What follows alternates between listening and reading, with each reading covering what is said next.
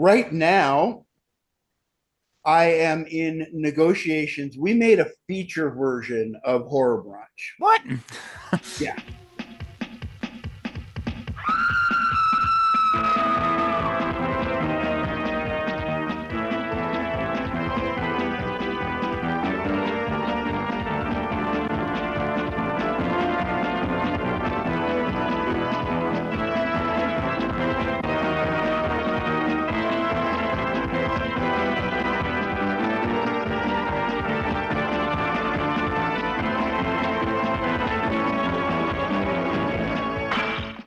All right, I pressed record, so we're recording. So We are ready to go. we're ready to. It's nice to meet you after all these messages. I know it's been awesome. Yeah, you've been so nice to me the past few years, and yeah, just it's been nice to kind of reach out to you and just showing at the drive-in and stuff. It's been really awesome, and Yeah, it's great. I'm glad that you're doing that. I would sure love to be there and uh and see it at the drive-in. That'd be so cool. yeah, I need to record it because yeah, like last year, like there were some people like sitting out, like eating some burgers, whatever, and I show up before the movies. And I think it's before it's like sleepaway camp. And it's the first time ever seeing it, and they got a really big kick out of it, and they were just like laughing and stuff, having fun. And one of the cooks who came out, she hates horror movies, but she really liked that, and she got a good kick out of it. So I've heard that a lot. I've had a lot of people that have said, "Yeah, I don't like horror movies much. I don't like that stuff, but that movie made me laugh." yeah, I know it's just yeah, it's like I think I saw it like in college, like at the Belcourt Theater. I forgot what movie it played before, but that was the main thing that stuck in my mind. Just yeah, it's so funny and it's like yeah, like what were some like your main inspirations like to do something like that? Well, I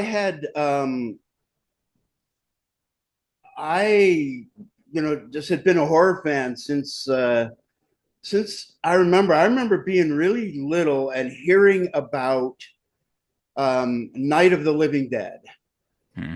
but couldn't see it. I was too young to see it. So I didn't see it probably until maybe high school when I finally actually saw it. And it hit me good. Yeah, So yeah, and then of course uh, Dawn of the Dead, one of for my sure. all-time favorites. Oh yeah. I saw that for the first time before it had been released.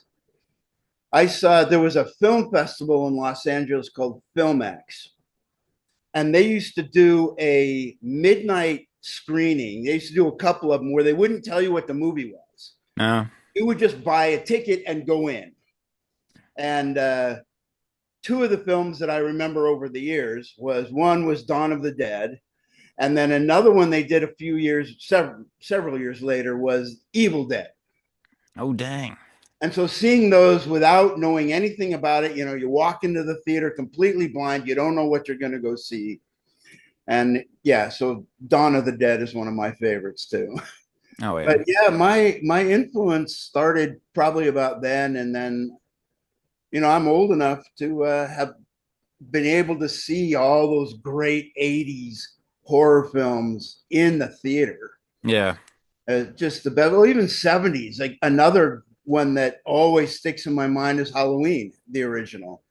I remember really being afraid sitting in that theater. That was a really scary movie. Hmm. So yeah, I just always was always interested in it.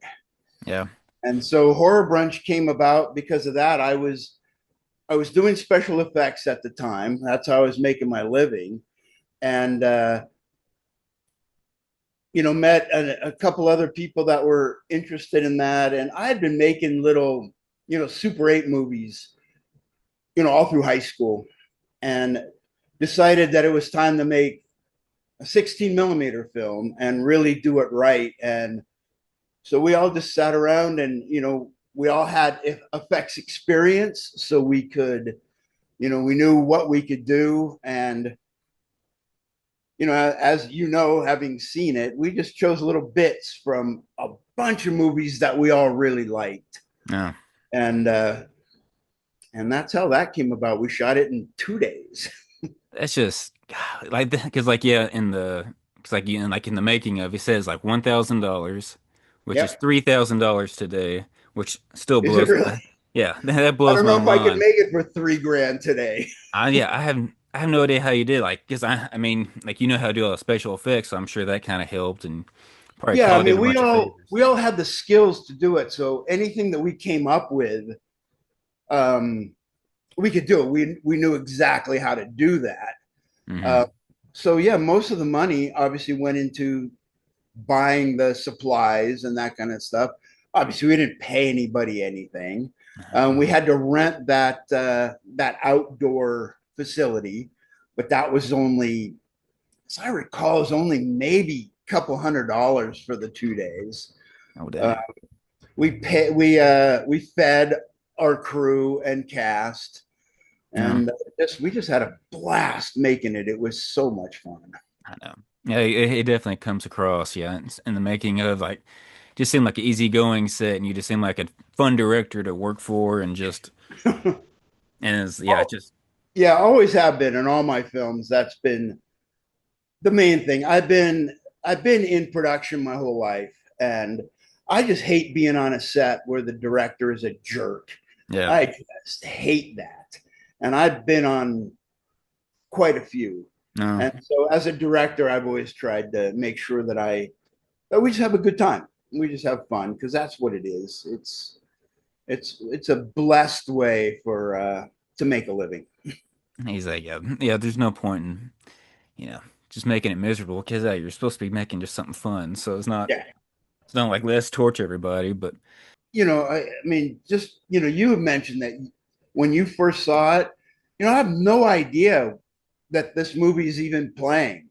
uh, Um, we sold the rights to it fairly early on to a small distributor, and they started distributing it on various television platforms. I mean, we're talking, I made this in 86. So, mm, we're talking long before streaming or anything. And then we had physical copies out there that they were showing, and then that company went out of business. So I don't even know what happened. We yeah. got paid for a little while, and then it just stopped. But I think it's still being shown here and there, and I just think that's great. I'm glad it is. Yeah.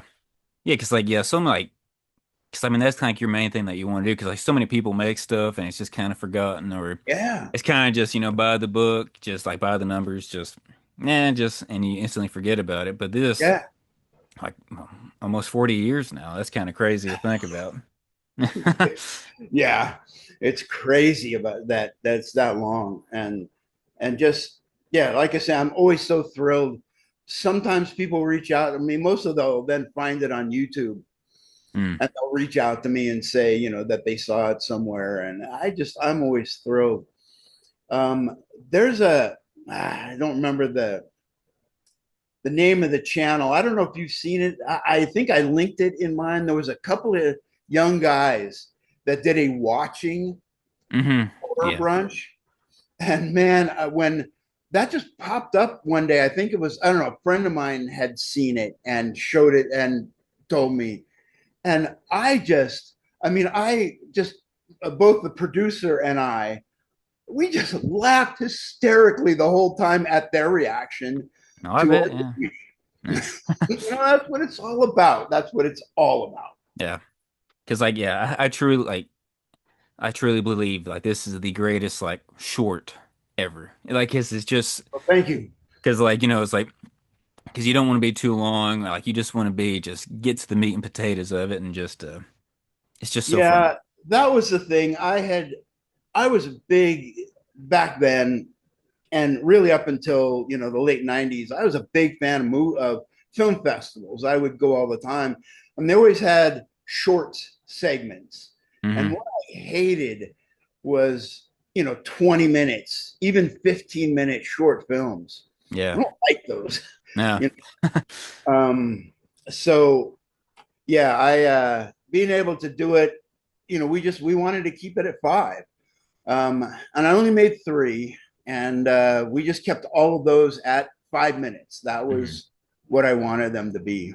I love all three of them because like I'd like to show the other two also at the drive-in if you don't mind. So Anytime because I you have got my four nights, permission, so anytime. all right. Because I got four nights, so I'll do one per night. That would be great. Oh yeah. Because like yeah, like they're all just so fun and just so like you don't know like who has the rights to those anymore. They're kind of just in limbo or Um, something. no, the other two we never sold the rights to. It was only Horror Brunch that we sold the rights to, and like I say, that company went out of business maybe late '90s.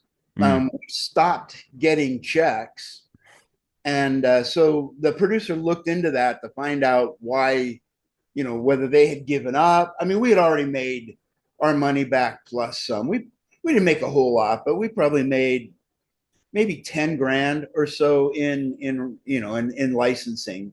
Oh dang. So yeah, it made its money back. Yeah. Um, and so when he looked into it, he found that they no longer existed. So it's just it's just out there, No. and I don't mind when I really appreciate it when somebody will contact me and ask, but I'm always glad that it's being seen. Yeah. So Exactly. I just can't kind of just live on forever. yeah, It's like do you still have like a film print of that or anything? yeah, You I do? do. Yeah, we back in those days, to enter film festivals, we actually had to physically send 60 millimeter prints out Oh just to be dang. judged. Phew. So we had to make, I don't know, somewhere in the neighborhood of 25 of them That's or a good chunk of so. money too. Oh man, that was expensive part. And then when we started getting into film festivals and then winning some awards, it was worth it. And then because of that, we got that distribution deal. Hmm. So it was worth it. And ultimately it's paid for itself. Yeah. But I still have several. I probably have 10 or so 16 millimeter prints Oh, dang. sitting in a closet over here. Yeah. Yeah, 'cause like it would be amazing like if you can get in touch with like being like Terror Vision. I don't know if you ever heard of them, but they're like Yeah. a distributor. And it's like I think they'd be perfect to like Yeah. if they could find like other shorts from like the 80s and stuff and Yeah. have like an Yeah, awesome compilation. it's been in a couple of compilations. Um, but yeah, I think I have a couple of them on, VHS Hmm. I got, but yeah, it'd be nice to do it again. One thing you might find really interesting here in LA, there's a revival movie theater that's been around for 80 years or something that's owned by Quentin Tarantino, Yeah, the New Beverly. New Beverly. So you Yeah. know it. Yeah. So he has a 60 millimeter print of it. Oh, really?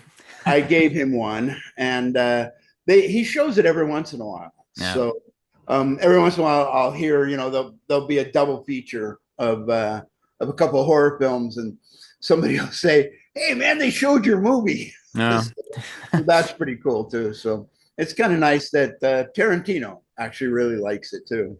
that is amazing. Just I mean, like I don't know who doesn't. Just because like it's just so fun. Like whenever people just see it, it's like yeah, like it's just a big shock. And it's like so like how did you like first like started like get in the filmmaking business or acting or production? Um, it it started with theater, and I'm still that's now how I make most of my living is in live entertainment.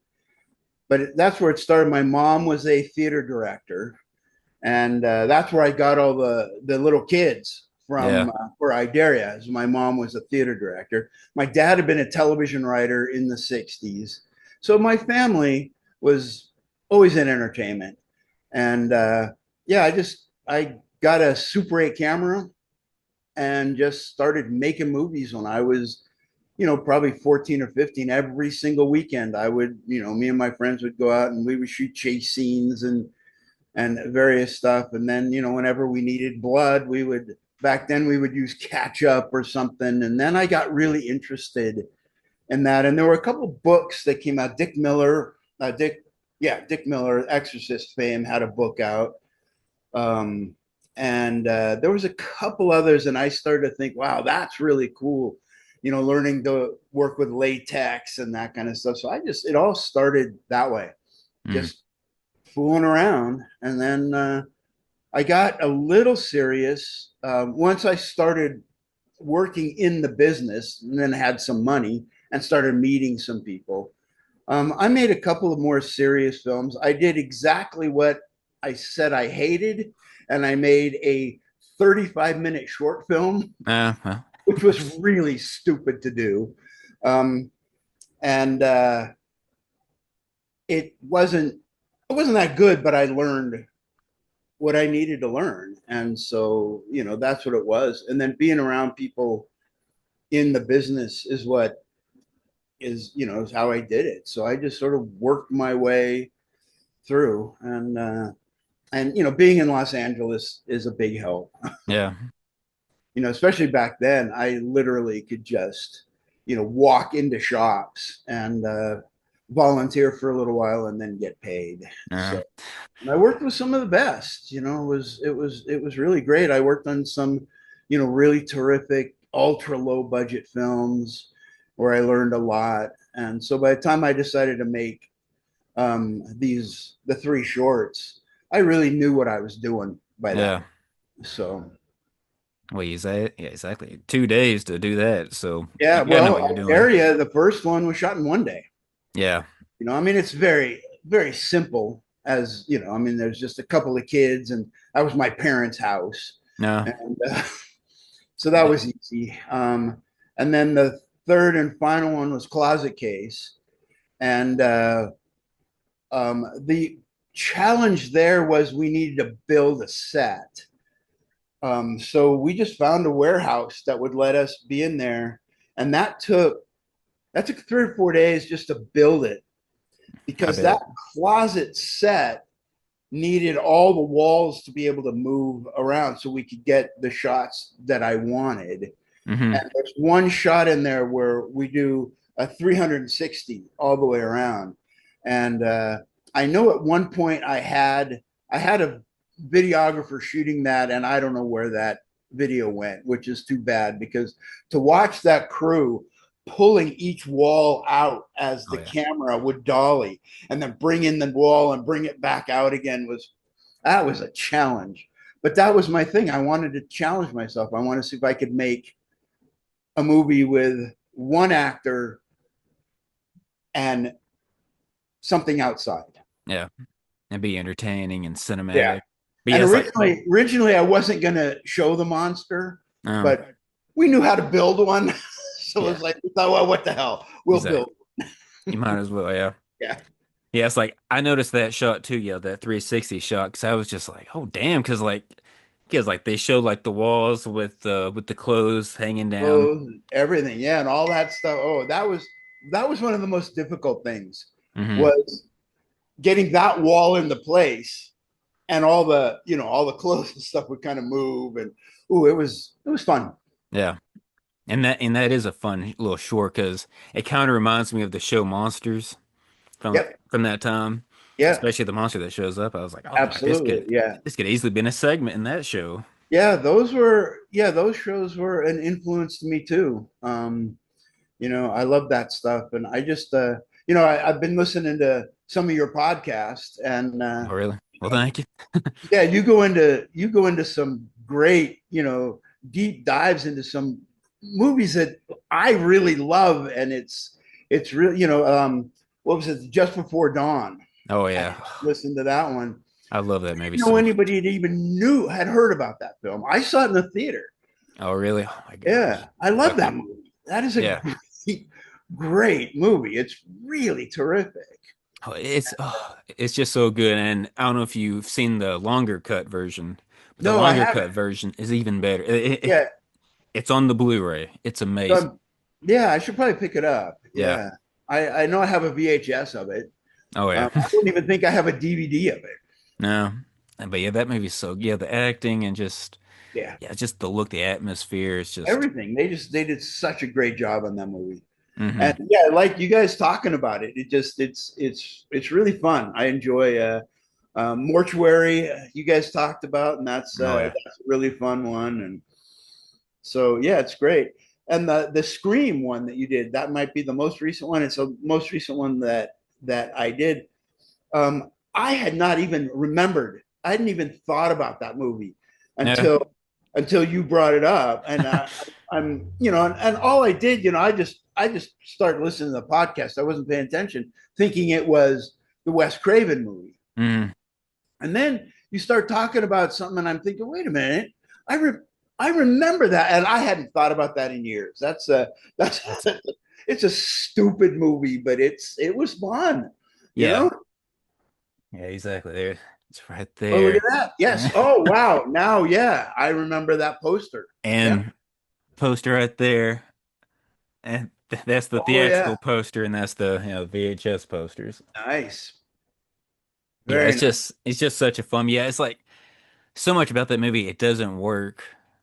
At least like not the way they intended it to be. No. But somehow it all fits together. I don't know if it's Yeah. just with Tom helps, Yeah, but that's what I got to say. I'm enjoying listening to you guys talk about it because, you know, it's nice to hear, you younger people that are discovering these things and that are appreciating them. I mean, there's nothing more exciting than a really bad low budget film hmm that these people worked really hard on and most of the time did not do a good job with. yeah. And I love those. Oh yeah. You know, I just and I was so fortunate to be able to see them in the theater. I was living during most of the '80s. I was living in Orange County, so we had to drive into Hollywood and there to see movies because there used to be a bunch of you know second run dollar theaters in Hollywood that would play double bills, almost like grindhouse stuff, but it was almost always horror films. Yeah. And we would drive up there and just see awful movies. I had a core group of friends that love them, but then other people, I say, why are you bothering? And I'm going, well, you just don't get it, do you? They say. And you guys get it. I really enjoy listening to you guys talk about it because you guys get it and appreciate crap. Because it's like because like someone had to put their heart and Yeah, soul they into it. did. Everybody did. Right now, I am in negotiations. We made a feature version of Horror Brunch. What? Yeah. We shot it on Super 8, and it was my first feature, and we screwed up bad. Yeah. It just is, it's got all of that same humor, which that part of it is really good. And we played at a couple of film festivals. Well, actually, I don't think we ever made it into a film festival, but we would take it to horror conventions, and people really liked it. hmm But it's rough. It's not. It's shot really well. I had a really good DP, but the audio is terrible. And but I am in negotiations right now with a company whose name I can't remember. I was going to have a little notebook here with that, but Yeah. and they might actually release it even as is. That'd be Um, yeah, and I think there are people like you guys, that would appreciate it, even though it's really rough and the audio quality is bad. Um, we're doing a little bit to kind of fix it, but I I think, and I've got this distributor that I think, yeah, he thinks that he can do something with it. yeah. So that would be really nice if I could get that out there after so many years. Oh yeah, that would be awesome. So when did you shoot that? We shot that a couple years after, so it must have been, see, Horror Brunch was '86. So yeah, maybe 80, maybe 89 or 90. I don't remember. Yeah, probably '89, I think is when we shot it. Yeah, we had somebody that this is also a pretty typical story, especially at that time. Um, Somebody saw it and had some money and thought it would be really fun and asked my producer. He knew my producer and said, would you be interested? Could you turn this into a feature? So the same group of us that wrote Horror Brunch, we sat down and figured, what could we do, Mm. to expand this? And we essentially took The Big Chill Yeah.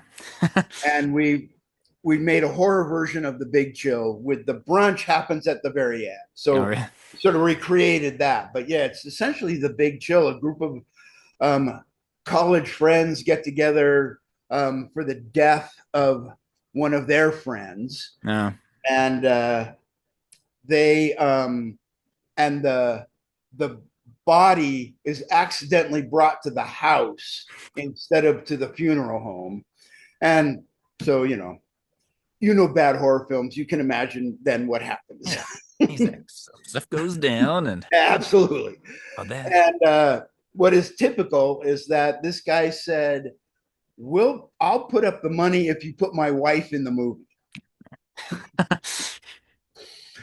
So it's like, okay, well, now we're stuck with his wife. She was actually pretty good. It worked out okay, but You can be like the funeral director or something. So, yeah, no, she had to be oh, big part. in the film. Oh, Yeah, dang. was not much of an actor, Yeah. but we, I did have a very short conversation with the producer, and it was one of those. He always had my back. He's a great guy. He is a great guy. We're still really good friends. And he said, I don't want you to have to, you know, um, compromise your creative vision. And I said, screw compromise. I want the money. I Yeah. want to make a movie. So Exactly. we just made it work. So Well, that's a yeah. I kept wondering. It's just like it's like what would you do if you had like if you did a sequel or a full length movie and yeah, that's just amazing because like there's so many movies I'm sure, but from that back then that were like completed or like probably like 75% shot, and then like funding got pulled or something, and yeah, it's just or like in and the this footage is case, just sitting around. in our case, it was just we I learned something that I wish I had learned before I made that movie, and that is that a priority, one of the top priorities, is audio, is recording good audio, and we Yeah. just do that. We just we had a we essentially handed the boom mic to whoever was free. Mm. And I don't even recall that we had a dedicated audio recordist. We had a Nagra recorder, and we would just turn it on, No. and somebody would hold the boom, and it's just so the the audio was recorded from too far away a lot, and it just so we did spend quite a bit of money once we got it transferred um, over. Back then we transferred it to a 1-inch videotape. Mm. Once I did the edit and I edited the film, I edited on film, and then we tried to go in and fix the audio, and we spent probably a week with an audio engineer, and there just wasn't anything we can do. It was just recorded badly. Yeah. We did some sweetening and we did some fixing, but and then we couldn't get it released. Like I say, we showed it at some horror conventions in the early '90s, and people loved it. People who were horror film fans loved it. I mean, you can imagine. You've seen the short version. It's the same kind of thing. We referenced a million horror No. films, all the movies that were important to us, and we hung it on this on The Big Chill. So we Yeah. used that, so we had a story, and now we could just do anything we wanted. We had a great location. It was an semi-abandoned mansion, big 2-story. Victorian mansion in the Los Angeles area, and it was in terrible shape. So we just made that the story. No. That, that this woman and her husband lived in this dilapidated place and brought all of their, college friends together. And, we did not pretend that it wasn't a horrible, dilapidated, piece of junk house. We No. used that as part of the fun. No. So, People. so we made that for relatively cheap. I think we made it in the $80,000 range. Dang. And, at least that one we paid people, and No. we had a we had a 12-day shoot on that one. Phew. That's And crazy. yeah, I just wish if we had done the audio, it would have been really good. Um, we have floated. I have floated with a couple of friends of just completely redoing the audio. You know, um, doing all the ADR brand new. Yeah. Um, the big thing is that the music is done by Bill Parsley, who did the music for my three Oh shorts. yeah. He's great. And right, you've seen him. You understand how important Yes. his music is to those movies, and he did the music for that. But I have lost, or I never had maybe possession of the original audio stems, and he passed away a few years ago. And Mm. I talked to um, his husband. Um, I don't know, a couple years after Bill passed, and he said, "Yeah, I've never seen any of his stuff. I don't know where any of it is. So maybe it got thrown away. I don't know what happened. He just unfortunately he didn't keep any of it. So that would be Yeah. the thing is that." Well, it'd be fun to do all the ADR on that and just have some actors come in and redo it. We'd have a good time recreating that music as close to that as possible. I think that might take more money than we have available. Yeah. Because I don't know, I know a lot of composers, I know a lot of musicians, but I don't know anybody that wouldn't want to take something like that on. That would be a lot of work to recreate all that, and I'd have to pay them. Mm. Yeah. Because like you would have to use It would have to be, yeah, like the original instruments that he used or yes. the keyboard, And if I whatever. had all the original stems, I would do that in a heartbeat. I would Yeah. do all the dialogue and and all the sound effects, but keep that music. So we'll see. I'm hoping that this distributor will do it and release it as is. I'd be okay with it. Yeah. Oh, I would love it. And it's because like, because like us horror fans, like, we're kind of like we forgive a little bit more than Yeah, some other people. So it's just like, hey, this is what they had at the time, or this is the filmmaking, like 11, what you said, 11, 13 days. yeah, yeah. And when right after we made it, I had spent the '80s in special effects, but I really wanted, what I really wanted to do was direct. Yeah. So I spent so much of that time. In fact, I was so insistent that I was a director that I didn't even take screen credit for a lot of the work that I did in special effects. I just thought if I did, that would hurt my chances. No.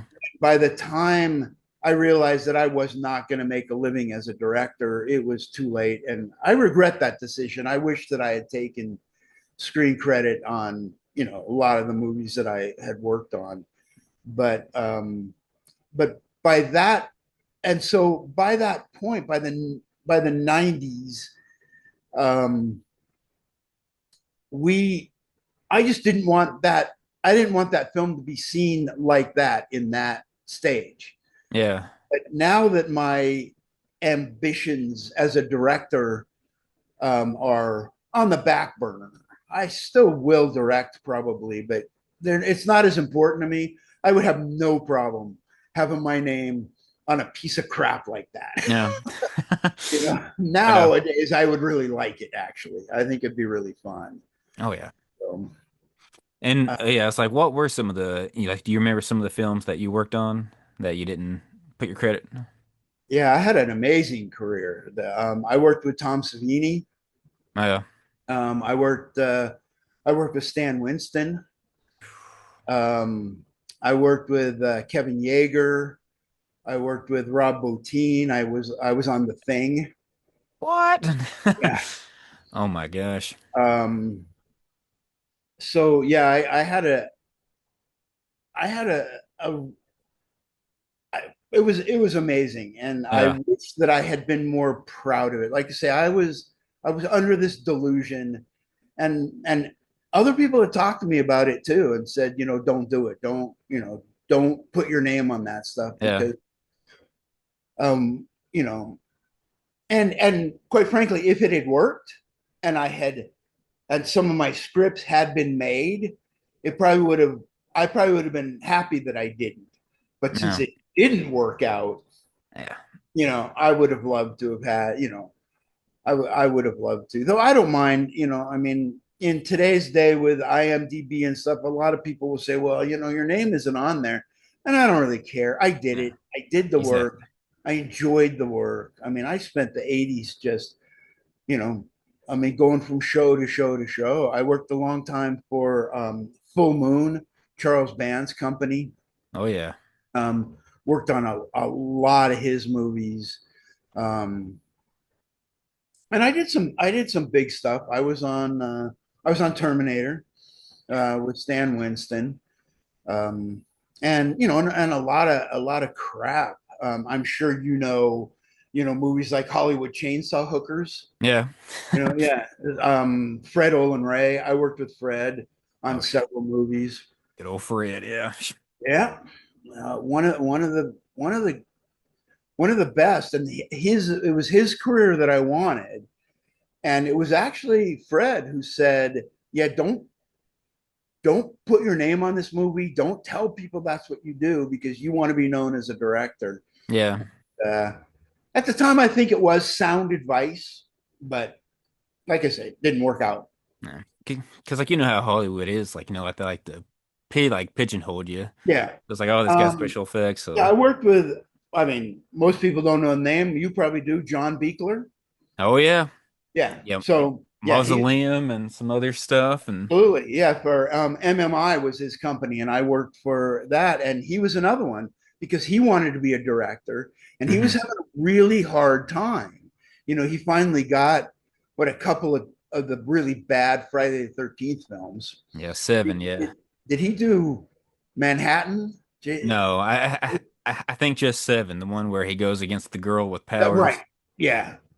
Um, so he struggled as a director, Yeah. and he was another one that said, "Don't do it," and you know, um, so, but like I say, I don't regret any of it. I learned a lot. I met a lot of great people. I had, I had so much fun. The only thing I do regret is that I spent most of that time wishing I was doing something else Yeah. than living in that moment. That's And life. now when I talk about it, I just think, man, I wish I had been, living in that moment and not seen it as not my career goal, which it wasn't, but it became my career. Yeah. I've said this before, and I still really mean it. When I was 17, if someone had said, or let's say 20 even, if someone had said in 2025, you will have only directed a handful of movies and you would be almost completely out of the movie business when you're an old man, I think I would have killed myself. Yeah. I would have just said, no, then I don't want to do it. Yeah. Looking back now, I had a career that I absolutely loved and really wouldn't change anything. Yeah. It would have been nice to have been able to direct a few more movies, but I just, and now I am almost predominantly in live entertainment. And I even spent some time as a camera operator for reality shows. Hmm. which is not something that I had any interest in, but I like doing it. That'd be interesting. Oh yeah, yeah, I did. I got to work on Survivor Oh and dang. The Amazing Race, and I got to travel all around the world. Oh yeah, that'd be fun. But it, so yeah, I have no regrets. So you know, anybody listening to this who's younger and thinks, I should only do the one thing. I wish I hadn't. I wish I didn't have that attitude. I wish I had um, more embraced all the stuff that I did because it was great.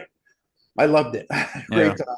And I'm really happy right now. I mean, I'm past retirement age, as you can probably. Now you look good. You look good. So And but I still work because I love working. I do a lot of pyrotechnics. Um, right now, I'm doing the third year of the big Halloween show at Universal's Halloween Horror Nights. awesome. We do a live stunt show based on The Purge, Oh dang. and we're going into year three, and I do all the blood effects for it. So doing all the live blood effects, I get to make stuff bleed, but I have to do it 4 times a day, and I have to do it live. So Pressure. it's really really fun, and Yeah. I can't, I really have no regrets. I'm glad. You're still entertaining people and stuff like Oh that. yeah, yeah. And there's nothing better than I walk out into the audience. The arena seats about 3,000 people, and I'll walk out into that audience, and when the first blood effect happens, and the audience just, well, like they react a lot to Horror Brunch. Yeah. The audience just screams, and I just stand in the back of that house and think, this is it. This is why. Yeah. This is why I do it, and I love it. That's yeah, that's so amazing to hear because like it's like yeah, I go through that too where especially in my 20s because I'm fixing to turn 33. Yeah, all in my 20s and even now sometimes you just kind of think, "Oh, I should be doing this. I should be doing that." And it's just like I'm yeah, not living in the moment. I'm just kind of thinking about what I should be doing instead of this, instead of just enjoying what I'm doing. It's really interesting. I find so many young people, and because I work in a theme park a lot, I'm around a lot of, 25 to 35-year-olds, way more than, most people my age are. Hmm. And they're aspiring filmmakers or writers or whatever. And I see that way too much is that, oh, I should. And I just think, and I'm always very careful because I never want to be that old man that says, when I was your age. Yeah. But the fact is that when I was 20, I could only shoot on film, and it was very expensive. Yeah. Today, you know, people have more power in their iPhone than I did with all of my cameras and all of my gear. Hmm. And man, you guys, if you want to, you guys should be making movies all the time. Yeah. I know exactly. Because yeah, yeah, like you said, like with Horror Brunch, the film prints that you had to make Right. just so people can see it. Yeah. Now it's just Yeah. like, all right, To upload put to it in a YouTube. little perspective, when I was in my early 20s, I was working at Disneyland, and we would make films all the time. I was making, I think, minimum wage was like 175 an hour, God. and a 3 minutes of Super 8 film was $2. So for every hour that I worked, I couldn't even pay for 3 minutes of film. That's insane. I had to work like crazy to get enough film to make a 5 or 10 minute movie. Yeah. And then God forbid someone screws up the film like in the Oh processing yeah. or something. And then yeah, we would shoot it, and then we'd have to wait a couple days till we saw it. Nah. Please. Yeah. God, So, that's but the challenge of that, that's what made us, really good filmmakers. Not that people aren't now. You know, I'm sure of the 48-hour film festival. yeah.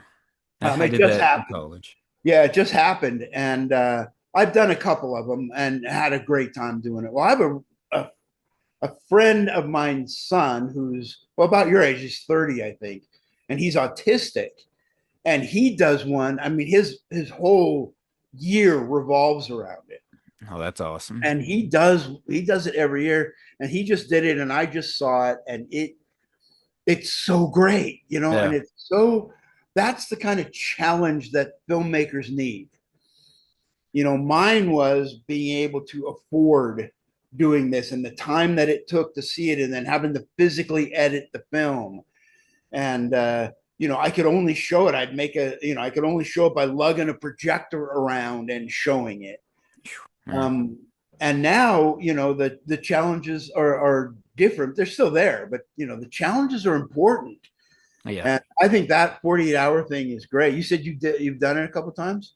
In college, yeah. Yeah. And it Is was it fun. It great? was no sleep, but it was fun though. Right. Oh yeah. It's great fun. Yeah. Uh, we did one. I think it's on my channel. It should be. The last one that I did, producer came to me and said, I really want to produce one. Would you direct it? And I said, yeah, under one condition, that no matter what genre we get, we make it a musical. Just make it more difficult right there. Right. Yeah. Because I wanted that challenge. So we had to write, three original songs. We had to record the songs. We had to then, have them ready for playback when we shot. I mean, it was really tough and Yeah. really, really fun. That's what it's all about. That was this thing. It goes all the way back to making Horror Brunch. Yeah. We had so many effects in that everybody that I talked to said, you'll never be able to do this in 2 days. Yeah. And I said, then watch us. Where do you live? Sparta, Tennessee. Okay. Yeah, kind of like right, pretty much right in the middle of Knoxville and Nashville. Yep. I am seriously considering moving to Tennessee. Really? Yep. I saw that you went to like the Great Smoky Mountains. You went hiking or something Yeah. a couple years Yeah. ago. And I just fell in love with it. Hmm. And so I have been looking, I've been looking either to buy some property there, but yeah, I'm seriously thinking about it. And because I want to keep working, Yeah. and because I'm in live theater, that Pigeon Forge area with Yeah. all those dinner theaters. Oh yeah. I even went the last time I was there. I went to their employment office that pretty much runs all the dinner theaters there, and I asked them about hiring an old retired guy, and they said, "Oh yeah, we do that. We have a lot of old retired guys here." So Yeah. that'd be perfect. I could get out there and hike when I Oh yeah. wanted to, and I could still get out there and get my live theater Jones on. I love Yeah. that stuff. So, Exactly. but yeah, I love that area. Are you born and raised? Oh yeah. Yeah. Yeah, Yeah. Yeah. Just always lived here, and I love it. I love Tennessee. Oh yeah. The weather is great. We're getting a little more ta tornadoes year by year, yeah, but yeah, the weather is perfect, and you know, it's just yeah, the people are great. I just love the yeah. people and That's just yeah. I mean, I think those of us from California, that's what we notice first. yeah, Is everybody is so nice, yeah, and I spent most of my time, in kind of the tourist areas, because I only go for a couple weeks, and I like to get it in all the hiking and stuff. But yeah, when I do venture out a little bit, it's even better. yeah. So, Yeah, I'm seriously considering it. I got to get out of California. It's a mess here. Uh, Really? and the movie industry is pretty much gone. Yeah. So, I used to do, I probably did 60 to 80 days of work a year. I have a pyro license, so I would do a lot of pyro work on movies. I'm an armorer. I have my weapon certification, so I would do a lot of that for movies. Hmm. And so far this year, I've done 12. It's just gone. The industry is leaving this area, and so It you know, sucks because went to Atlanta a lot of it, yeah. and now Atlanta's a lot of them are going overseas to England and Yep, I just heard that that's what they're doing next because they yeah. just pay less. So, yeah, it's tough, and it has devastated the Los Angeles area because we were this is a movie town. This is what we Yeah. did, and now it's devastating. Stunt guys that I know, actors that I know, are just really struggling to get even enough work to get their benefits. No. It's so. And anyway, I'm on my way out. I'm ready to retire. I just don't want to ever stop. Yeah. I So mean, you're still having fun, so uh, it's like, yeah. what else would you do? It's just like, just sit in a chair or something. It's like, no, keep Oh doing what you yeah. love. I'm telling you, that great lockdown of 2020 was it was devastating for me. Yeah. Not necessarily financially, which it was for everybody, but I literally went from I probably had worked 7 days a week for probably 7 or 8 years, doing three, sometimes four different jobs. Very often two jobs in the same day, No. and you can only do that if you love it. Yeah. And then I went to absolutely zero, like everybody did, and it was awful. And I got to after a year and a half of that, when I came back, it was like, yeah, I'm not working two jobs at once anymore. Yeah. So I'm kind of liking it now, Yeah. but yeah, I still want to keep working. Heck yeah. So what is Yeah. it? What is it you want to do? Do you want to be making movies, or what do you want to be doing? Well, it's just yeah, just a lot. I mean, just like a lot of goals. Like, yeah, it's like I would love to do like a stage play one day. I would love to make course movies. I love writing, and it's like it just just creating just fun stuff. I would love to do a Halloween haunted attraction one time, at least for like 2 years. Just say I did it because I Yeah, got absolutely. ideas You for should. it and Yeah, just fun stuff we like that. we used to do them in my friend's garage Yeah. back in the day, and it was great for us because we were all special effects guys, so we had all kinds of cool stuff. Oh I was yeah. like, man, doing something like that is great. And I worked Halloween Horror Nights at Universal. I don't do any of the haunted houses or anything. I just do the live shows.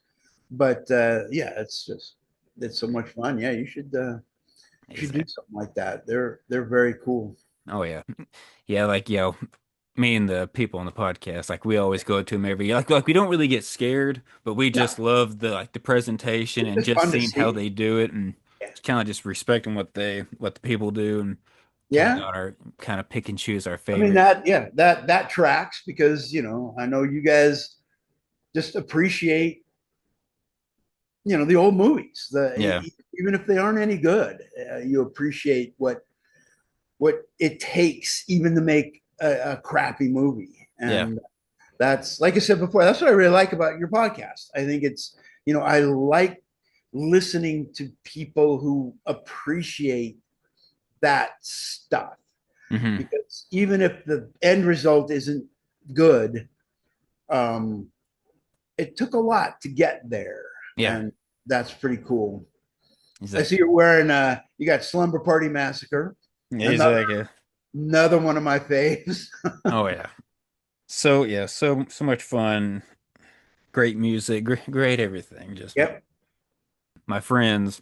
it's like, like they're like big movie, like they're big movie fans, but they like, like kind of like the older stuff, like the Bogart stuff and Yeah. you know, Dirty Harry. So like they haven't seen as much horror as I have because I've been watching it, since I was a little kid. So kind of like idea, three movie fans, but want me introducing them to Yeah. these horror stuff, and they, I'm telling you, it works. It works great. I really do enjoy listening to it because, um, your knowledge of the movies and your interest, even more than knowledge, does rub off, and it's nice to hear, their reaction yeah, to, you know, because yeah, people who aren't necessarily fans, like I talked about a little earlier, a lot of times it really is, people go, well, why do you do that?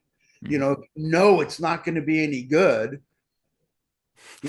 but you always find something, even if it doesn't matter what it is. You always find something because somebody worked hard, yes. and that's great. And yeah, I love that stuff too. Any others? What? Any others that you really like? I Oh, imagine it's yeah. Look at that collection there. yeah, I don't have as quite as big because, student loans kind of Yeah. prevent me from buying as much stuff as I want.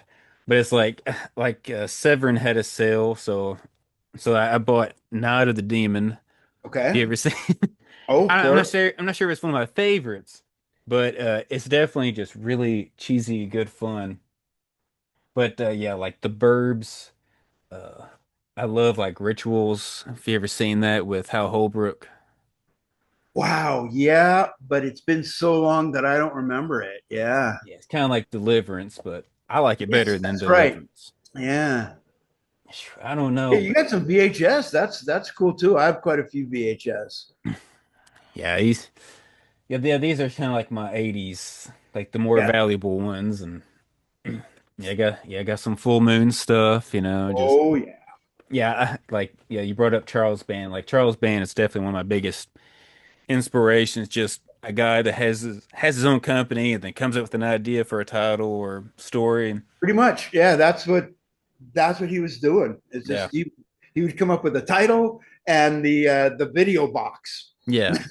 I And then just go make a movie based on this. Yeah. That's Yeah, like great. him and Roger Corman and stuff. Just stuff like that. And this review is going to be discussion. I don't like calling our stuff reviews because we'll just Yeah. discussion. But Find this will be out. coming out Monday. Okay. Girls girls Remind me a little bit. What is uh with Hal Holbrook.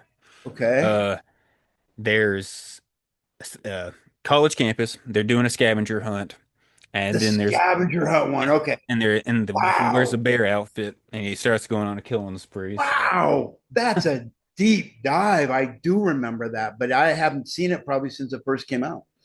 But yeah, that one's fun Love just it. because you're hanging out with the characters, and a lot of it doesn't even feel like a horror movie. You're just chilling with the characters, Yeah. and I just kind of has Well, that. good. I'll look forward to that. Yeah, To hear you guys talking about it, and then I might have to see if I can find it somewhere. yeah, it's a good one. And then we'll be doing bunch of stuff. Yeah, we record an episode for an old time radio show.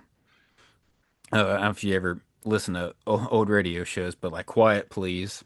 I used to a long time ago, yeah, because my dad was of that era. Yeah, So yeah, I used to listen to old time radio stuff. Yeah. but yeah, we'll be doing that, and like so, yeah. Probably the Tingler because we love the Tingler. Yeah. We love it. Like two I would years have ago. loved to have seen that, in its original release. Oh, no. Yeah, with With the buzzards and yeah, I never did, but that would have been so cool. yeah, I've seen it at the Bell Court years ago, like before they remodeled.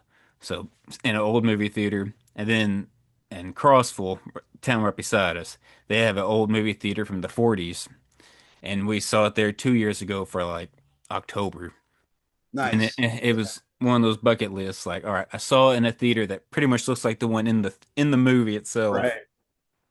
And we love Vincent Price and William Castle and those kind of guys. So But yeah, Yeah, I like got to tell you, that's the one of the great things about living here in Los Angeles is that we have several, movie theaters that show, yeah, old films all the time. And when I go do that, then I think, yeah, I don't think I want to move yeah, because I would so miss that. We have the American Cinematheque out here, which is at the Egyptian Theater, which is the first theater built on Hollywood Boulevard, and they've completely renovated that. And they show great, old movies most of the time on film. mm, They're one of the, I think, only 5 or 6 in the United States that is rated to show old nitrate films. oh dang, So that's really fun to see that. And then, of course, Tarantino's New Beverly. They do double bills all the time on film. yeah, Um, I live really close to the Academy Theater, and they show stuff all the time. I just Sunday I went to see I saw Serial Mom, yeah, daughter's film. First time I'd seen that in the movie theater since probably it came out. that's a fun one. So yeah, I'm a big movie fan Yeah, too. yeah. I'm trying to think of Knoxville. It's like Pigeon Forge area. I think they got a theater. Yeah, I know there's a regular movie theater. Yeah, but I know Knoxville has, I think it's called Central Cinema.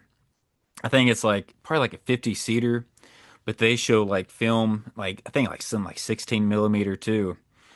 And it's like, yeah, they show like Yeah. a wide array of like the old stuff, like 80s, 70s, and kind of like some weird Well, 90s. if I decide to make that move, I'll have to look into that area so I, Yeah, I get my film Jones on. So I love seeing movies in a theater. I yeah. mean, it's just I just love it. Um, Last month, I saw a 70 millimeter print of Ghostbusters Oh dang. in a packed house. There's just nothing like that. No. With reaction of the audience, and man, it's just the best. They just recently that same theater showed a newly struck 70 millimeter um, print of Close Encounters, which I would have loved to have gone to see, but they were showing it on rehearsal nights. I'm in rehearsal for a show right now, so Yeah. couldn't go, and it sold out like that. Oh, I So, bet. but yeah, Yeah. I love that stuff. Yeah. Especially seeing it on film, Yeah, it's like you can instantly tell and it just makes it feel that more just makes me important. so happy to hear somebody your age that does appreciate that. Yeah. I love that. It's great. I hate, like say, I hate being that old guy that goes, well, when I was a kid, Yeah. but I love it. It's great, and I'm glad there's people like you out there that still, are appreciating this stuff, and especially the old horror movies, man. Yeah. And when when you first invited me, to do this podcast, that's when I, decided I better see what these guys are doing, and Yeah. I've listened to 3 of them so far, and We're you getting know, better. We're getting better. So yeah, it's good, and I love I love your passion for, and I can see it on your wall of movies there. yeah. I As you can see, my wall of movies is a little bit smaller. hey, still a collection. And you got some Yeah, good drinks right there, and you got some good yeah. but yeah. Yeah. Passion, yeah, that was the main thing when we started. It's just like I just want to cover stuff that I'm passionate about. Like I don't really want to discuss movies that I hate because like I could go on some good rants on movies I don't like, but Maybe you should though. Maybe somewhere down the line, I will because might I be interesting to hear. Your perspective on the ones that are bad. I yeah mean, genuinely, that you don't like and want. yeah say just You know, aggravate me. yeah. I Yeah, mean I got some good that rants in there. that can be really interesting too. I mean, I prefer, as I'm obviously you do, the positivity, but Yeah, maybe every once in a while, exactly. Just might be sprinkle kind with of fun to hear what it is that sets you off. I yeah. mean, I certainly have mine. Um, yeah. yeah, passion, just yeah, because I just love movies because see, I was trying to find have an old VHS of the old mom and pop video store that we had here in town called Magic Video. And I think it's the only one that probably exists. They probably threw them away. I found it in a little thrift store just by luck. But yeah, just going in there and just yeah, just seeing all the VHS covers and in the late 90s and like House on the Edge of the Park and just seeing these Right. titles and not knowing what they're about, but making up the stories in my mind and Yeah. coming up with something that's probably better than the actual movie itself. But still, it was fun. And those days were really good for young filmmakers too, because of like what Darren Ramage at Brain Damage was doing, and Jerry Pfeiffer at Vista Street. Mm. They knew that they could, that they could get a product onto a video, onto a shelf, and that people would just be walking by and go, "Oh, I'm going to try that out just because of the cover." Yeah. Uh, that those days are kind of gone. I mean, in the streaming services, you just can't you can't really browse like that. No. That's too bad because I mean, yeah, I miss those days too. Hmm. So they were really fun. Not only being able to make movies for that, but yeah, going in, late night into some mom and pop video store, just browsing through and going, well, let's see what this is. Yeah. And if it was terrible, it didn't matter. You're hanging out with your friends, and you start screaming at the TV. No. I know it's like, yeah, turn it off. Be like, I'm a little too scared. But Yeah, I'm not gonna tell anybody. I'm just got tired. I'm not gonna watch it. yeah. I one of my first, it would have been the '60s. Um, seeing, I used to sneak into our television room, late at night to watch, whatever was on late. So I'm talking when I'm 9, 10 years old. So I'd have to keep the volume way down so my parents wouldn't hear.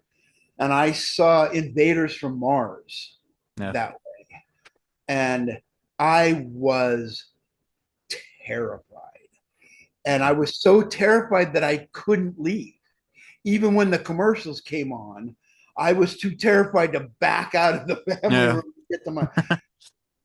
So that, now that I'm thinking about it, that probably was one of, that may have been the first time that I thought, I mean, I didn't think about making movies then, but that terror just was Oh yeah. glorious.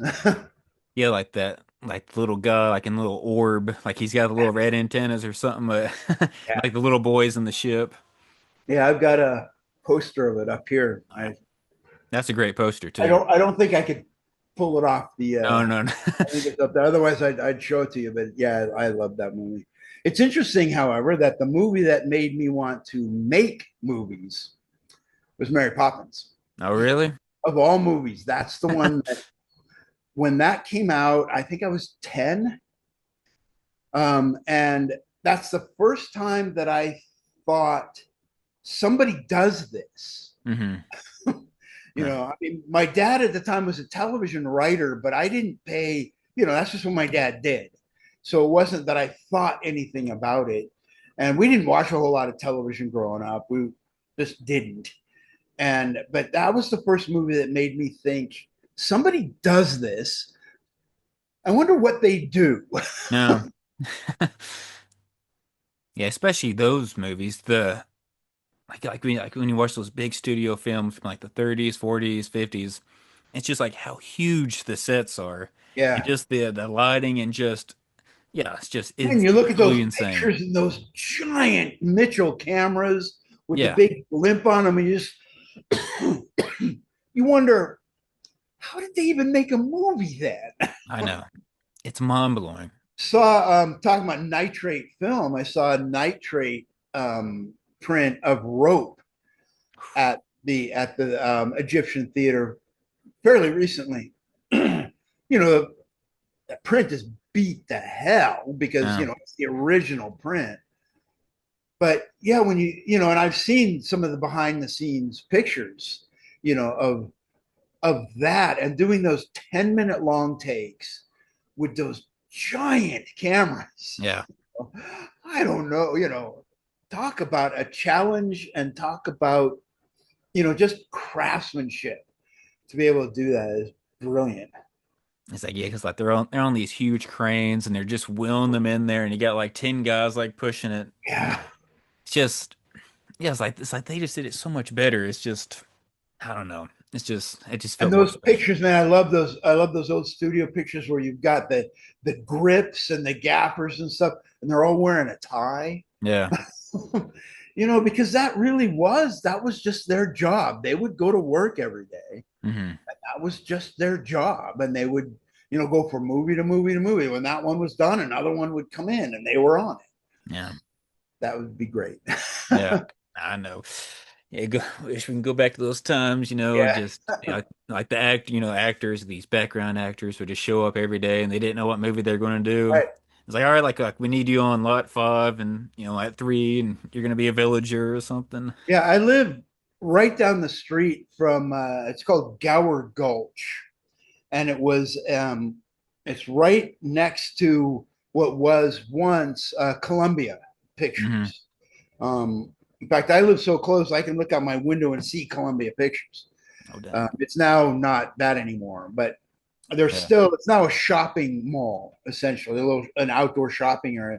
Yeah. But it got its name because back in the silent days, and then into the 30s, it was just a big empty field, and that's where the extras would just, they would come up there and they would set up, picnic tables and stuff like that, and they would just hang out there.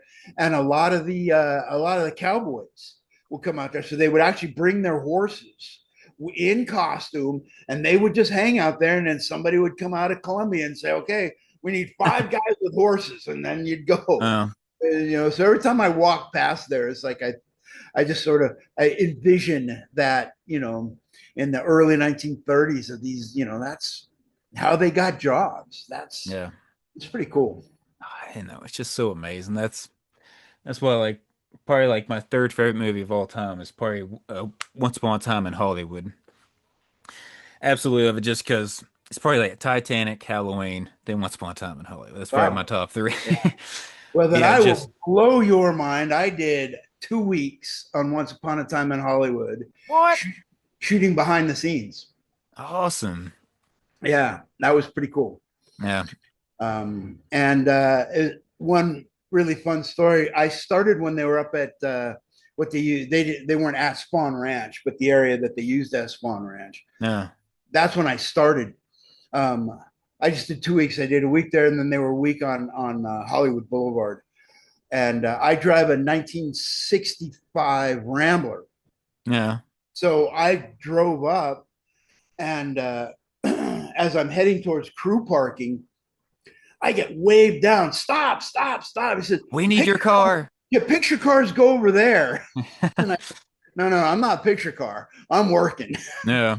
And so I talked to the transpo guy, and the transpo guy said, "We got to have your car in this movie." And I didn't want it because, I don't want anybody else driving it, and I don't want to be an extra. I mean, you get a bump if you're driving your car, but that's just the worst job in the world, Oh, as yeah. far as I'm concerned. I'm a behind the scenes guy. I would never want to do that.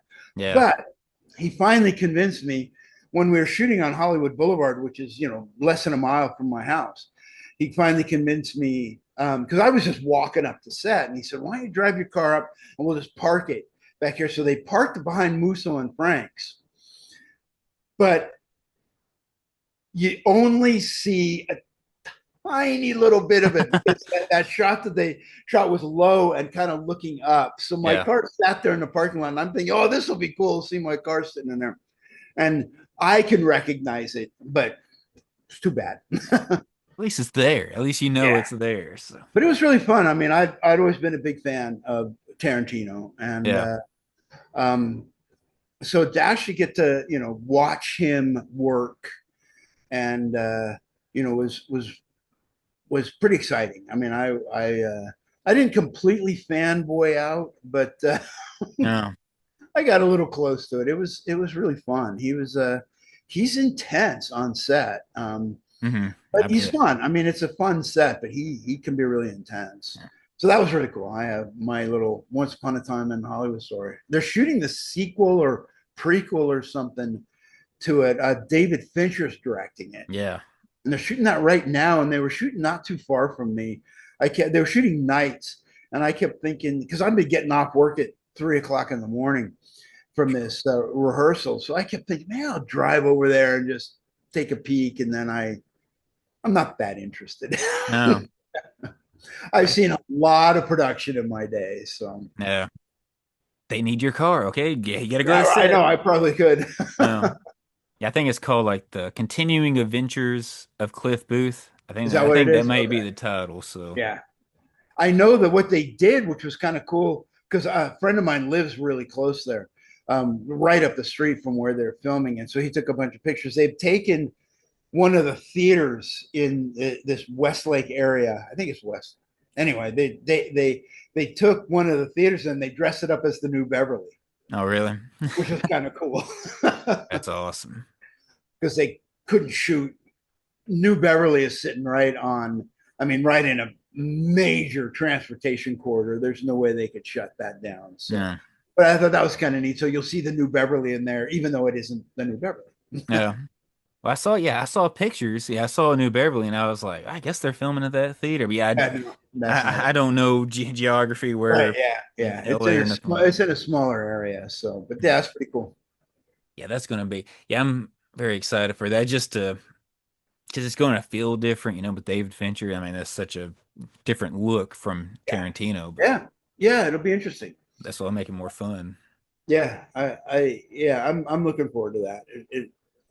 I'm glad that Tarantino's doing that because he is a really good writer, Yeah. and I'd like to see more of his scripts, interpreted by somebody else. That would be really nice. So I don't know how much he's going to do that. So I mean, Yeah. he keeps saying he's about done. Nah, So we'll see. I don't know.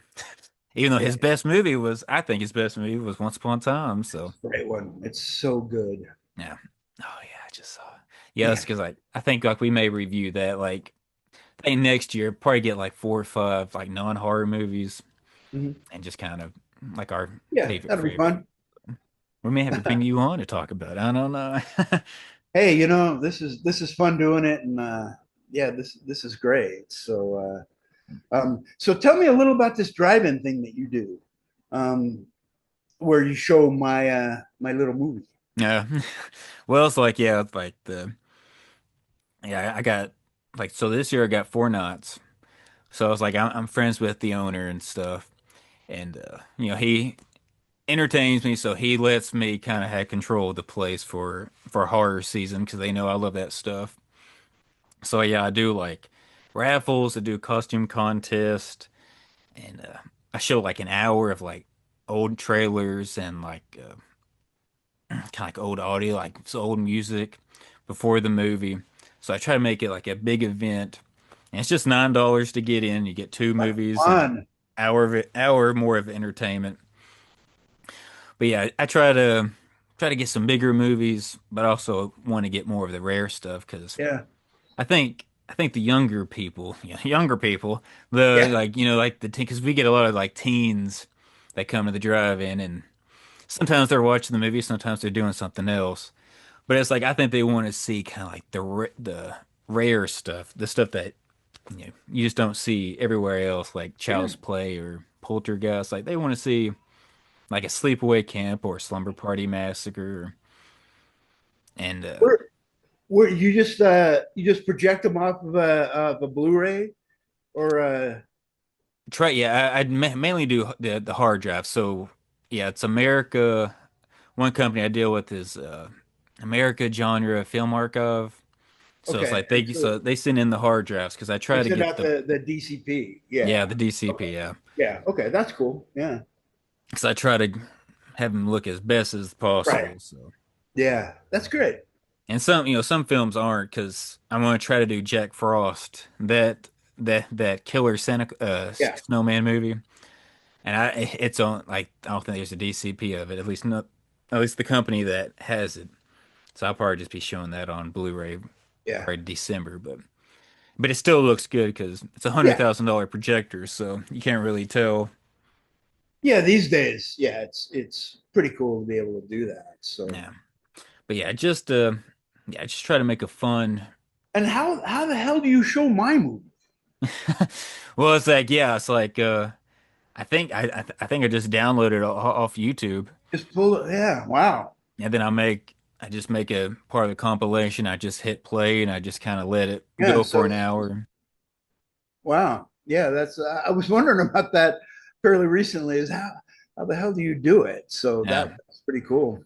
Um, it's fun. It's fun, and yeah, people love it. And just because there's not that much stuff to do here in town, yeah, so it's like unless you want to drive to Cookeville, the town above us, but so it's like kind of driving's kind of a big meeting place. that's So I'm so trying great. so I'm trying to keep it alive. Just that's why I try to help out the Palace Theater in Crossville. Try to do some like free posters for them just to get publicity. Just because like yeah, I love the theater. I love seeing it with the audience, and got to keep it alive. We can't let it go away. So Wow, very impressive. I really like that. yeah, and if you can come here to Tennessee, we can have you here. There So we go. Yeah, yeah. I think I'm coming out at the end of October. real, Again to do some. There was a couple of still a couple of hikes out there that I wanted to do that I wasn't quite prepared for. yeah. um, yeah, I like doing it, but boy, my ass got kicked a couple times. hmm You Oh know, yeah, I got halfway up and then just I was just beat.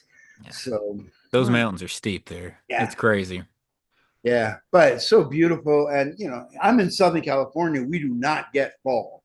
Yeah, You know, that's what I like. That's another reason I'd like to move out there is you know to get some weather.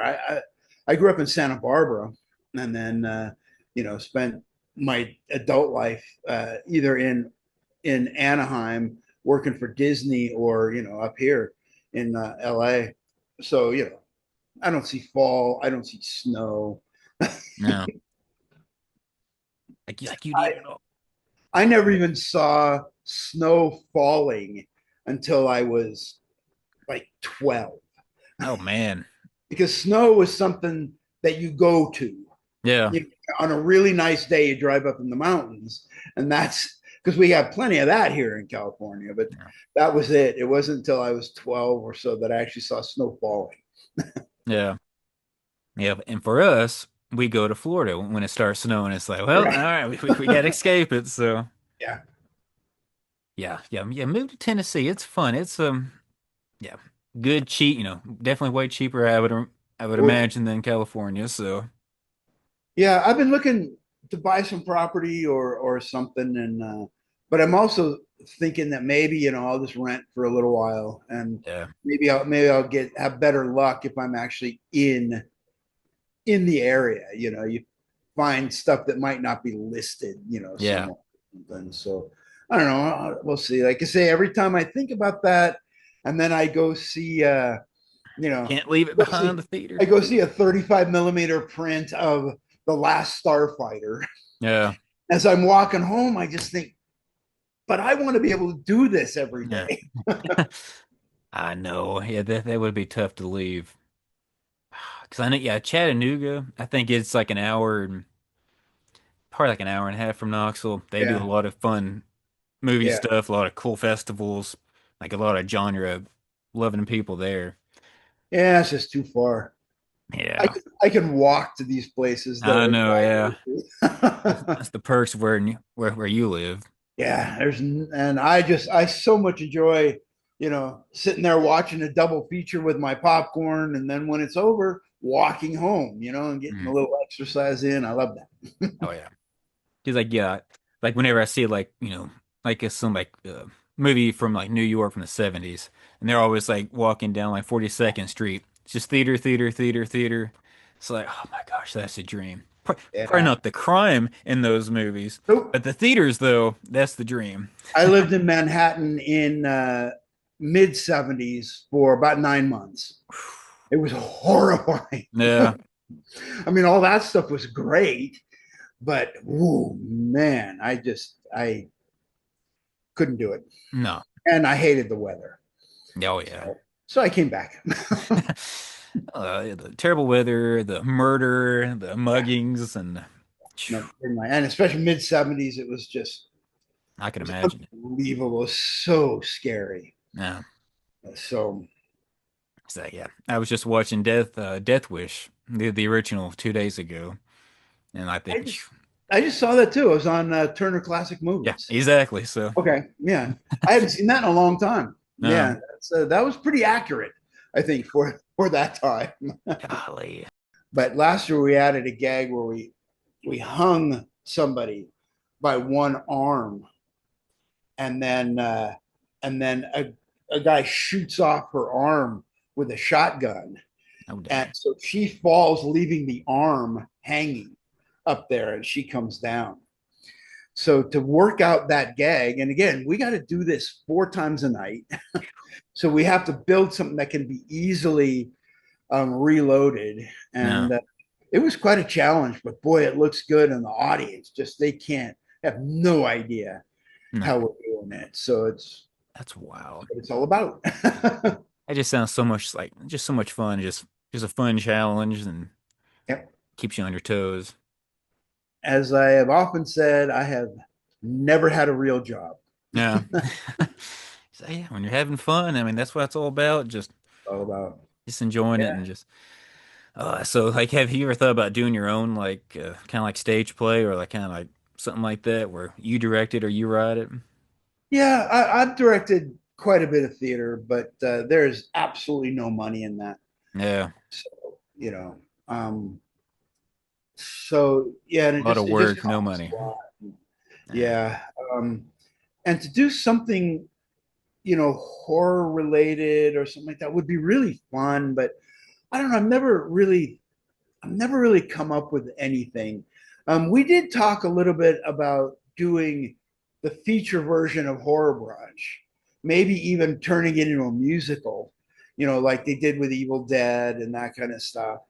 But because it all takes place in one location, Hmm. but to make it work, I don't know. No, so no, I really haven't done any not theater like that.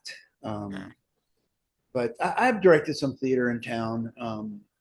It's fun, but yeah, not really. I mean, theater's in my blood, and I'm a union stagehand, so I work at we have three big theaters. They get all the major national tours and stuff. So I work those every once in a while when Yeah. time allows. But I'd love to make some more short films again. I have a bunch of ideas, and I even have a few scripts. I would love to do that again, but That'd be awesome. um, it comes down to the amount of putting it together, and now it's though the cameras and media and all that kind of stuff is, I mean, a zero cost essentially. Still with location rentals and personnel and stuff, it's harder now to get people to work for free. Yeah, And so, it is. I just don't know if I'd want to do it. I work around a lot of stunt people, so we have often thought about, putting together a little short film with a lot of stunts and I have a pyro license, so I could do explosions and, Heck yeah. blood and that kind of stuff would be so much fun. But, Yeah. you know, I might just have to let my 40 something year old horror brunch speak for me. That's fine. Oh, and then you'll have the movie coming out, being hopefully comes out soon, hopefully. Yep. I I hope yeah, that would be really nice. We're in the process of right now we just need to get this, this old 1-inch video transferred. Mm. Fortunately, living in Los Angeles, there's a couple places that do it, and I took the tape to a video house, and they can do it. It's just it's been sitting for so long that they need time to acclimate it. I don't know. They're telling me all the stuff that they need to do because it's I guess it's kind of brittle now, and Yeah. so that's just going to take some money. And right now, the distributor is trying to decide if it's worth doing it. So the producer and I are trying to think maybe we should just do it on our own anyway, and just get it digitized so we have it available. Yeah. But Probably should do. Yeah. Might as and well if just I have it. if I do, I will. I'll let you know. And Exactly. Oh, maybe you guys could watch it and be the first ones to talk about oh, that'd be awesome. I would love that. Because like, yeah, it's like I've always just imagined. It's like, man, it's like I wish he would have made like a full length movie of this because I would definitely watch it. So when it. It's it's there. released, I will It is definitely watch there. it. It's I feasibly could go back. I have the Super 8 still. I still have all that. And we feasibly could go right from there. No. So we've talked about doing that too. That's way more expensive, but so we'll see. Like I say, I'm in talks with the distributor. He just uh, at right at the end of last year, he bought the distribution rights to Dark Crimes, this one here, Yeah. um, and that's going to be coming out pretty soon. That's been sitting for a long time. It's not a horror film, but it's um, but so when he asked if there was anything else, and I told him about this, and he said, there might be a market even for a Oh you yeah. know sort of a crappy horror film. So And people will like, cause like I know like there was like one like called like New York Ninja that Vinegar Syndrome released, and like they had to redub all the audio. But it's like yeah, just kind of like that lost media, yeah, that everyone loves, and just like oh like because people are just constantly trying to look for a movie that they've never heard of. And it's like yeah, oh here's and a movie that's never been released, it and is. I kind of thought that with streaming and all that kind of stuff, that everything was going to go away, but people are still holding on strong to physical media, yeah, and people are really, they're wanting to keep it, and so just like vinyl records have come back, oh from yeah, what we thought was going to be extinction. Um, so yeah, I'm glad that people are discovering these things and that they want to find this stuff. So there could be, and I'm not even worried about making money on it. That's not for me. It's way beyond that. I just don't want to go too much out of pocket yeah, myself to get it there. So if this distributor is willing to put up the money to do that, and then um, not pay us much, I mean, we got to be paid a little something, or it's uh, just embarrassing. yeah, But exactly. even if we got 5 or 10 grand for it, and then he put in another 20 or so to get it all up and running, he could be in for under 50,000, and I suspect he could make his money back Yeah, on that, and he thinks so too. So we shall see. We could see the feature version of Horror Brunch one of these days. that'd be awesome. Now that we're talking about it, makes me even more excited about doing it. So I might light a fire under my producer's butt and see Yeah. if we can get that going.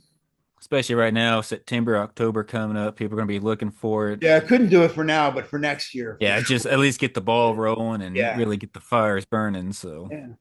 Well, I'll tell you, it was great talking to you. thank you. Thank you. No, it was great I'm talking to you. I am really, honestly, um, happy, and it's the other word that I want to use. Anyway, I'm glad that you are showing my movie occasionally, and Yeah. honored. That's the word I wanted to use. I have that Hey, vocabulary. I thank didn't you. graduate from high school, so No, I don't know what I'm doing. But yeah, overrated. I'm honored that you're doing it, and um, anytime. And the other two, if ever you want to, pull those. I mean, I do have pretty nice digital copy of it that I could send you if you want. Oh yeah, that'd be awesome. So okay, so I would um, appreciate it. Yeah. yeah, maybe just um, on email. I'll you can give me your address and I can send you a flash drive or something. They're pretty small files, but yeah. So I mean, anytime. So you don't need to hit me up on All YouTube right. anymore because I don't always look at that channel very often anymore. But No, but yeah, just you have my permission at any time to show thank you, it. thank you. And since the distributor who owns the distribution rights has been out of business for probably 30 years, I don't think they're going to mind either. Yeah, they'll be So, fine. They'll be all right. Well, yeah, thank you so much. Like seriously, like your short, it's just so inspirational. I absolutely love it. It's kind of like it feels like it was made for me. It just fits my personality and I just wow, absolutely love it and just gives me a lot of inspiration. It's just like, hey, this guy did this in 2 days for this amount of money. What the hell am I doing? I should try to do something at least half as good. That'd be amazing if I could do something half as good as that. That'd be, got to try it, man. You got but to yeah, at least try it. yeah, but yeah, There, and I mean, it sounds like you have a knowledge of this stuff. yeah. Sounds like you could write something pretty good, and and in today's day, yeah, it's great. Well, I'm thrilled that this old movie is still, you know, reaching people. And if I ever move out there, I will come out and I would love to, just again see the. I love seeing the reaction. Yeah. I haven't seen it in a theater in a long time. The first time they showed it at New Beverly, I was there, and I know they've shown it several times, but man, I just love that. I love to hear the audience react to that Oh yeah. movie. You know, It's amazing. It is truly amazing. Like you made and something that's we were just a bunch of 20-year-olds just fooling around and thinking, oh, this would be fun to do. yeah. Exactly. And it shows it comes across. Just Yeah, passion and love for the genre is just yeah, absolutely amazing. yeah, Well, thank you. Thank you, Rick. I appreciate it. And I would love to have you on some other time, yeah, even if just discussing like one of your favorite movies, like Dawn of the yeah. Dead or You something. know, yeah, I'd be up for doing that. So I appreciate it. I do like your podcast, and I'll keep listening. Thank you. I appreciate it, man. Hey, like you have fun of your show tonight and do a bunch of blood Another everywhere. big day of rehearsal. These Yeah. things are tough, but they're fun. Like I Yeah. say, it's I don't think I'm working for a living. That's amazing. Amazing, amazing. I'm going to try to get there. Mentally, got to get there. Got to get there. Yeah. Well, thank you so much. You have a good day, and Yeah, you too. Thanks for this opportunity. I like talking to you. So, no, thank you. Like you were seriously the first person I wrote down when I started this podcast who I would love to how interview. great. It was you because I love this short. So All I right. Well, thank you appreciate it. very much, and keep loving those movies. All right, you too.